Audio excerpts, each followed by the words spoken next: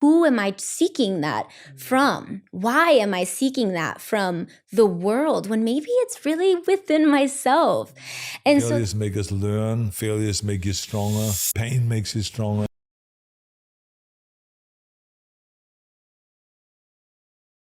I knew I was going to be successful.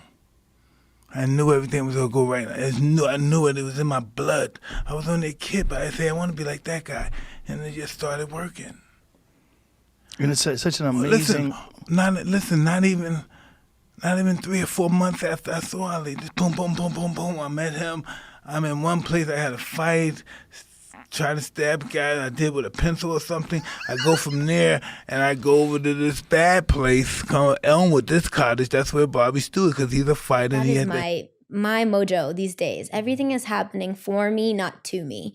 And it's interesting how the way you exist in those spaces will actually shift because you realize, oh, this is in my favor. Mm-hmm. I'm supposed to learn something from this, you know? I'm supposed to like gain something from this. Mm-hmm. And that's why the whole concept of failure and success, like navigating this industry since such a young age, there's songs of mine that I love that I thought deserved to be the #1 song.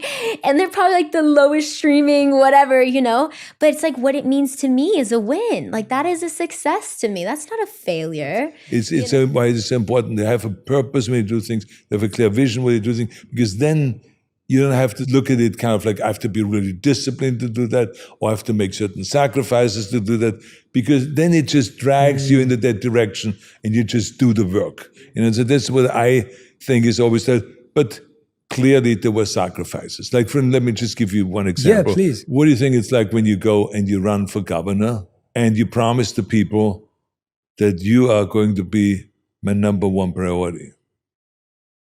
Now you win. Now you have to do the work. Mm. But now you come home and your kids are crying on the dinner table when you come home.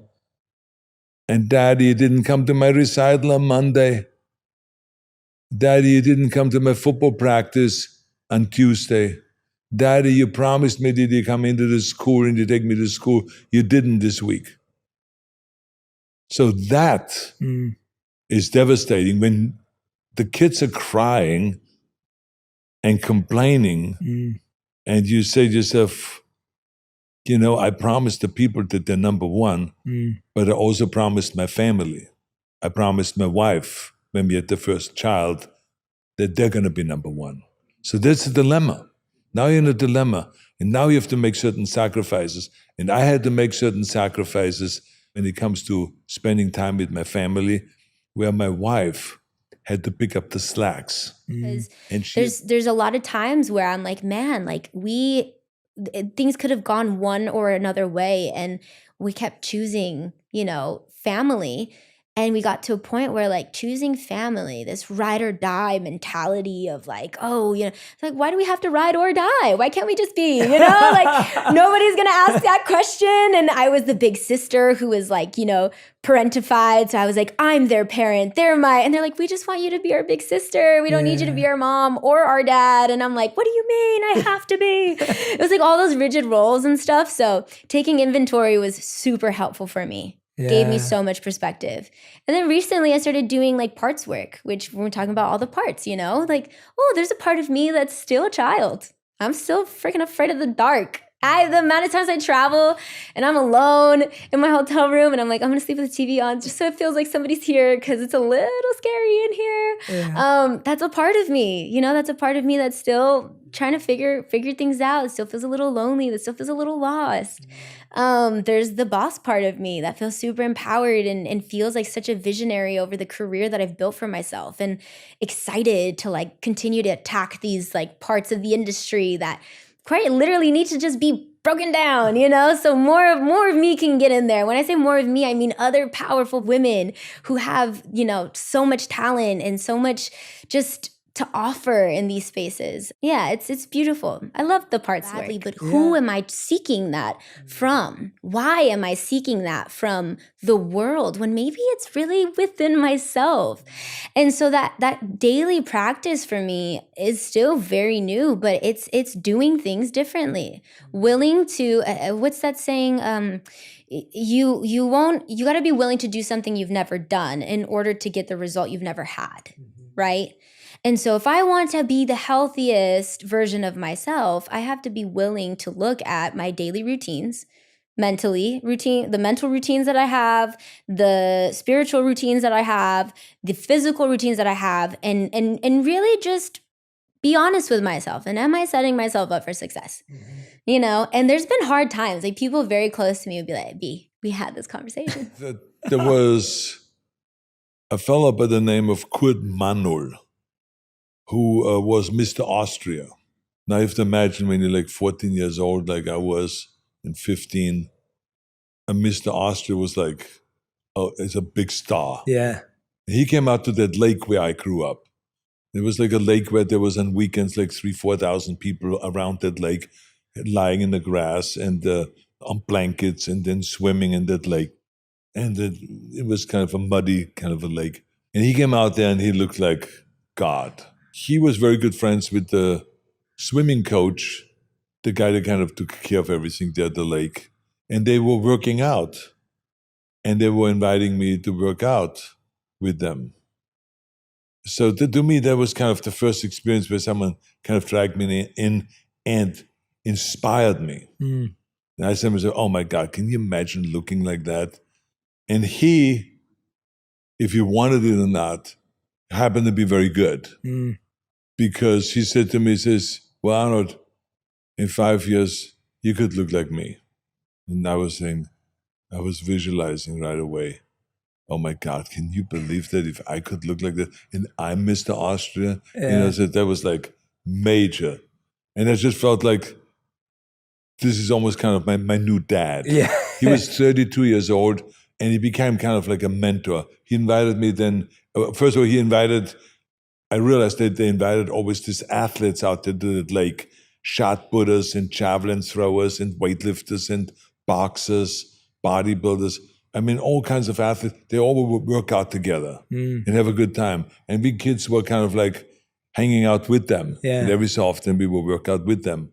So I got my real early inspiration that way. And then I went down to the club, to the weightlifting club. I started working out and started really become religious about it. It was like, this was my new life. And I started having visions, very clear visions of being a Mr. Austria. Then there were pictures of the Mr. Europe contest. So I visualized myself being in the Mr. Europe contest and winning.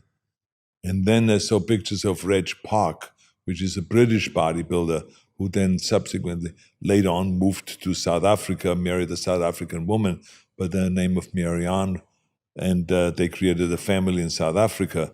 So that became kind of my idol. And I saw pictures of him winning Mr. Universe in London. And so that was my new vision. So I started really creating through this guy's a vision. But that vision was so vivid, so clear, that I felt like all I had to do now is just follow through with the work. So and I just think that, when I pray and I surrender, like, let go and let God is like, I literally have it tattooed because it's important to know that you can't control everything. You just can't. You can control what you do, how you react to what's going on around you, but you can't actually control everything that's happening around you. And I struggle with that on a daily basis. I never regret the workout. And so I try to think about that way in my life. Like, I gotta do hard things. I was designed to do hard things, But even then, acknowledging that it's hard is super important because then you can have that compassion and empathy for yourself. But if you don't acknowledge that, it can be very challenging. Failures make us learn. Failures make you stronger. Pain makes you stronger. And I remember this one girl gave me like a radio, a wooden radio for my end table next to the bed, which I still have next to my bed today. So, because I wanted to keep that, because it was like, it symbolizes, whenever I look at that radio, it symbolizes the generosity of the American people and how it was kind of like included when I moved over here and all of that. So there was a lot of interesting lessons that I've learned right away when I came over here. The difference between cultures and all that, between Austrians and Germans and British and the Americans and all that. I really don't know exactly what it was that gave me the drive or gave me the ability to visualize my goals and all that. But I think it was a combination of things, of growing up after the Second World War in 1947. I was born, and to grow up with no food, with starvation and famine, and my mother going around what they call hamstering, which means begging at various different farmers for food, so she had food for the children. So all of that, I think, had an impact and a strict upbringing. My father was very strict. We were hit many times and punished for not doing the things the way they thought we should do things.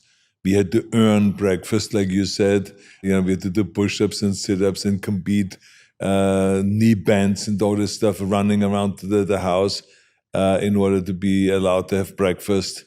So I think all of that contributed, and also I think having the military around, the British military that was, because they occupied that area of Austria. They came always around with their tanks and with their big trucks and everything. And I think that gave me the fascination of, becoming a tank driver myself when I went into the Austrian army. Ever since then, I have had a fascination with big cars, big trucks, with tanks and stuff like that. And I now have the tank that I drove in the military, I now have over here in Los Angeles. And it's at the Melody Ranch, where they have a lot of various different military vehicles, and they do the upkeep, and they drive it like once a month, and especially with after-school kids that are staying in school in the afternoons and so on. So we have a lot of fun with that. Do you still drive it?